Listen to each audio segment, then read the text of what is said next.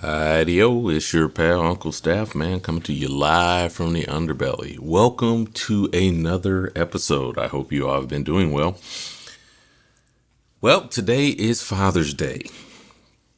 Dad, father, padre, papa, papaw, whatever the title, Papa Bear, whatever the title of the father figure in your life. May he have a good day. May he have an awesome day. And may this day be a reminder of the joys of being a dad to those who are around you. So, this particular episode, normally I would talk about my dad, but I think people get bored of that all the time. So I figured I would take this opportunity to speak to dads who have, well, let me rephrase that. I want to speak to dads who are about to become fathers and just give a little bit of Uncle Staffman advice. So for dads who are about to embark on this journey, I would offer just a few things. One, it's okay to be afraid. There is no manual on being a father. Forget any books, forget any advice that other people give you. Being a dad is one of those things that require OJT, on the job training. And you're about to get it. You're about to welcome into this world a bundle of joy, or bundles if you're having multiples. And you may be unsure of what steps you need to take, of the things you need to do, of the purpose of being there. And that's okay, because I'm going to let you in on a little secret. Most dads are like that. Most people who are fathers and who are constantly present do not know what they are doing. They're doing the best they can with what they have. And that's the best part. You're doing the best with what you have. Being present is 90% of being a father. Remember that. Being present is 90% of being a father. Now, I'm sure there's people out there that would argue different percentages, but I'm not here about that. Don't focus on the percentage. Focus on the message. Be present. Because being there for your kid is the most important thing that you'll ever have to do. And being there provides them with support, comfort, a shoulder to cry on, arms to hug them, someone to lift them up and dust them off when life gives them shit. That is your job, to be there. In the Star Wars analogy, you are the Jedi and they are the Padawan. Your job is to train them and get them ready to go out and do the things that they need to do. So don't run away from it. Embrace it. Embrace the fear, because that fear makes you stronger. It allows you to see that you want to be a part of this. Because if you didn't care, you wouldn't have fear. You just wouldn't care. But if you have fear, it's because you're afraid of messing up, and that's okay. You acknowledge the fact that you may mess up, but you're willing to keep trying. So just hang in there. That's my first bit of advice. The second thing that I would offer is that in becoming a father, remember that you can only do what you know how to do. What I mean is that if you are falling short somewhere and you feel that you are unable, that's okay. Many dads are like that. Find that group of fathers in your life and lean on them. Ask them their advice. Ask them. It's good to hang out. I find that it's very convenient for new dads to hang out with dads that are already in the game, because they can give you the best advice that you need at that time.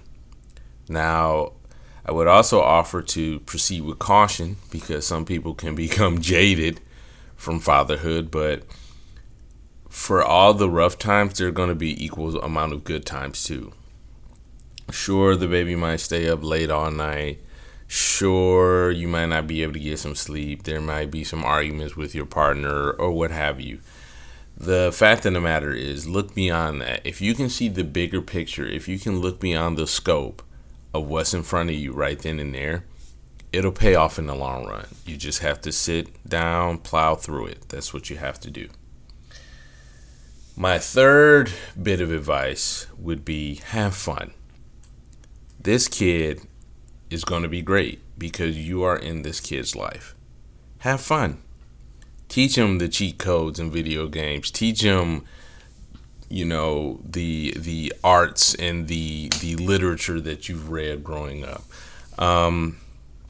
Spend time enjoying lo-fi technology. Going back, watching that VHS of The Little Mermaid or the VHS of The Jungle Book, or listening to radio books from Scholastic. I used to do that with my son. Spend that time enjoying those things because they will make core memories from that. And it's important to have those core memories. I would also offer that whatever happens between you and your partner, that's between you and your partner. Your kids should not be punished because of that. If you guys don't get along, that's okay. Make the best effort to let that kid know that they are loved, they are valued, and nothing's going to change in your relationship with them. The child is the production of your love, the production of strong emotions that you may have had for one another at one point. So remember that and be thankful for that. For those who are step parents, your value is just as important as the blood parent. You are there to guide and lead that kid along the way. I think being a dad is the best part of life because for me, as I've gotten older, I see reflections of myself and my son, and it makes me laugh because I'm like, oh, I remember when I used to do that. Or, them being annoyed by your interest and slowly getting into your interest. For instance, like I play Pokemon a lot. I collect the cards, the figures, you name it. Like I'm into it. I play Pokemon Go since 2016. My son was annoyed by the fact that I played that, but now he's playing it. And he's into it. And I took him to his first community day yesterday, and it was fun. And it's those small things that'll make core memories for later on. Because when I pass from this mortal coil and I'm off into the black abyss, I hope that my son can still remember the fun times that we've had together. My greatest joy out of everything is being able to drop him off and pick him up from school, because I'm always listening to his stories. I turn the radio off unless we're listening to an audiobook. Then I pause it and I ask him about his day. Tell me what's going on. I want him to know that I'm available and that he can come to me, even if it's something that I might be interested in listening to that is not as important as listening to what my son has to say. That's the most important announcement I need to get all day, is listening to what he has to say. So as I offer these things for you to listen to, just know that you are not alone. You do not have to be the father that your dad was, if he was present or not present. You set the tone of what father you're going to be. And that's all that matters. Set the tone.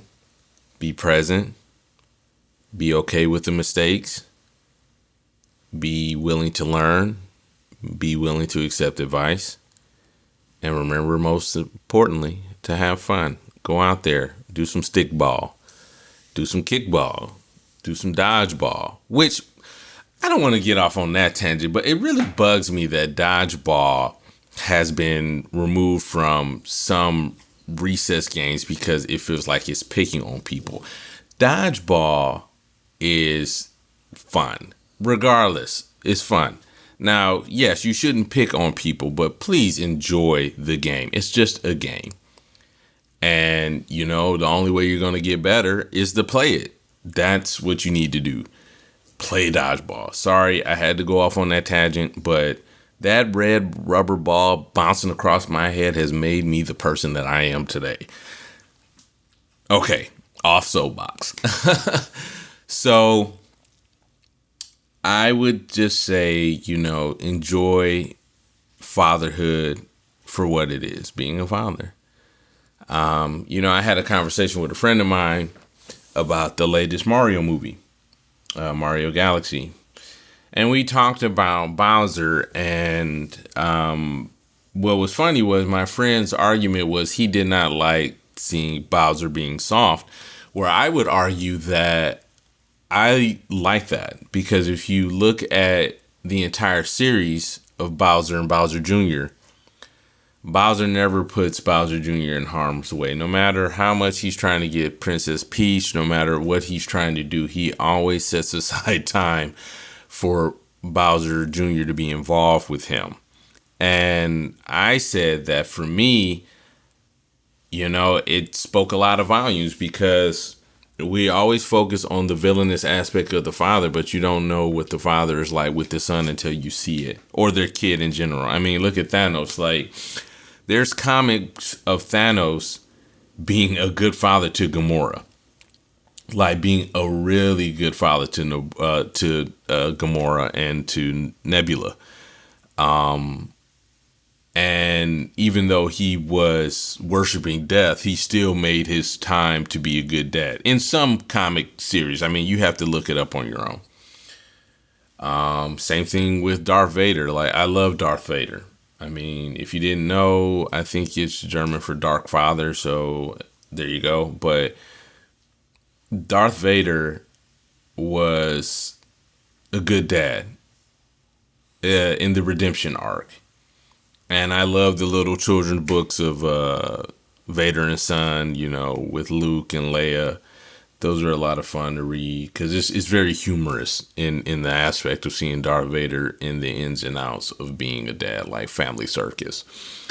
So that's my tidbit for today. Sorry it doesn't go long, because I have things that I'm going to be doing today, mostly grilling. And I'm just going to enjoy this day, and I'm going to enjoy my kid, and I am going to enjoy my fur babies. I got my dogs here, so I'm going to enjoy them, and I'm just going to enjoy this day today. So I wish you all the best, and I hope you have a good day today. Also, let me keep in mind, if your father has passed, it's good to reflect on the good times. Don't get lost in the memory trap, but just focus on the good stuff. And for the mothers who stepped in to be the father role, I commend you for what you're doing, because you're the unsung hero. So I thought you ought to know that as well. With that being said, I shall catch you on the flip or the flop, whichever you prefer.